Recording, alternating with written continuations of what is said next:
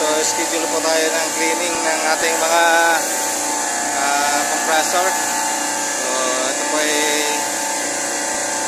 unti-unti natin nilinisan kasi matagal na namin dito nalilinis at dahil busy. So kailangan pagtunan muna natin ng pansin ang paglilinis ng aming mga compressor. So yan mga boss,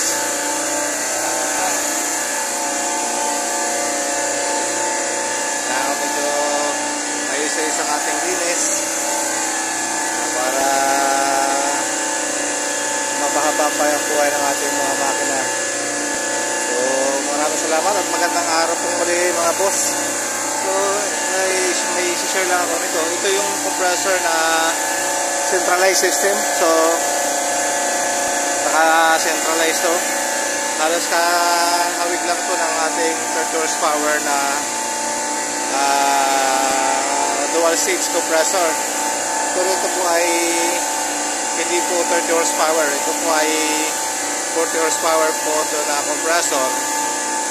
At ang dinadrive po nito ay yung sinusuplayan po nito ay 4 na kwarto na cold storage po na negative 18 to negative 24 yung required temp. So ganun sa kalakas. So tatlo itong compressor na 40 horsepower. So makikita nyo, napakalit lang po yung espasyo na inakupay niya. Di tulad ng mga individual na makina na malaki. Ito halos maliit lang po siya. Halos ito lang, isang base lang na to. So pag nakikita nyo itong yun lang yung kanyang halos mga 3 meters by 1.5 meters lang yung inoccupy na espasyo nito. Although yung kanyang condensing unit ay nando sa ibabaw, so hiwalay dito sa kanyang compressor. So yung kanyang control panel lang yung kaligid dito. So ito, nasa ibabaw yung kanyang control panel, then nasa ilalim naman yung ating compressor. So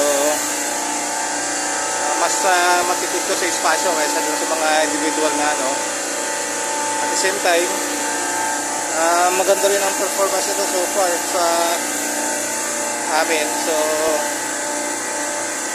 hindi pa naman masyadong mahirap i-maintain itong makina na to. Ito yung isang Bitzer compressor din, kasi tulad din sa mga ino-operate natin yung mga dual stage compressor. So ganoon din siya. So ayan, so rilinis tayo ngayon at para ma-maintain natin yung ating makina. So ang kwarto nito ay malaki-laki din mga sir. Malaki din ang kwarto nito. Ang dapat dito ay 12 meters by 20 meters yung haba, then 14 meters yung height. So ganoon siya kalaki. So 4 na kwarto ang pinapalamig nito. Hindi naman to sabay, minsan lang sabay-sabay umandar to, pero pag nakukuha na niya yung pag automatic cut na naman yung iba nag-allow. So tulad nito, itong dalawa nakapatay, saka yung isa lang yung umandar. Tapos yung temperature natin dito halos ayan halos kuha na niya yung kanyang temperature. So isang storage lang yung yung pinapalamig niya, yun yung naka negative 13. So yung iba almost kuha na niya, 18 saka 19 yung temperature. Kaya isang compressor na lang yung maandar. So tatlo lang to, tatlong compressor to sa isang set. So gano'n saka ganyan pa sa kabilis magpalamig mga bro, mga sir. So ewan ko lang sa inyo kung meron na kayong ganitong ganitong compressor. So try nyo rin para ma-experience nyo yung mga ganitong system. Ayan, dalawa na yung umandar. So itong nililinis natin isa, umandar na rin. So dalawa. Pero yung isa, naka-standby pa rin yung isa doon. Ito, umandar na. Ayan, umandar na to. So ayan. So lilinis lang tayo. So schedule natin ang linis yun kasi yung ating makina. Sa sobrang dami ng trabaho, so magdala din tayo ng oras para sa paglilinis. Para maganda naman yung performance ng ating mga compressor. Hindi naman tayo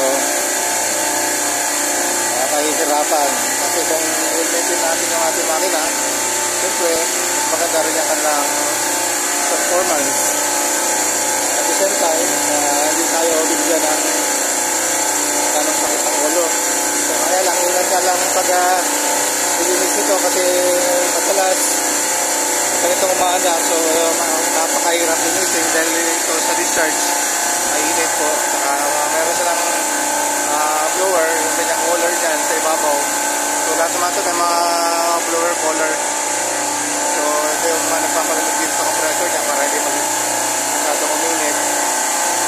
So ayan mga bro, sir, maraming salamat po muli sa susunod ng mga video. Kaya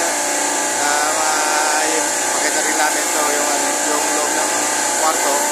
So far ito lang muna aming may share sa inyo. At yung mga gusto may mga planong magka-install ng mga cold storages, mga chiller, nahihirapan kayo maghanap ng supplier at installer. So pwede kayo mag-message sa amin, pwede namin kayong ma-assess at mabigyan ng tamang supplier na magkakabit sa inyo. Ay hindi masyadong mataas ang presyo. So may mga kakilala naman tayo na so pwede natin kayong ilapit sa kanila. So mga sir, magandang araw po muli. Salamat, maraming salamat po. Pakishare na lang po, pakilikes. At saka sa mga hindi pa nakakapag-subscribe, subscribe po tayo. Pakitulong na lang po sa amin sa ating baklasan.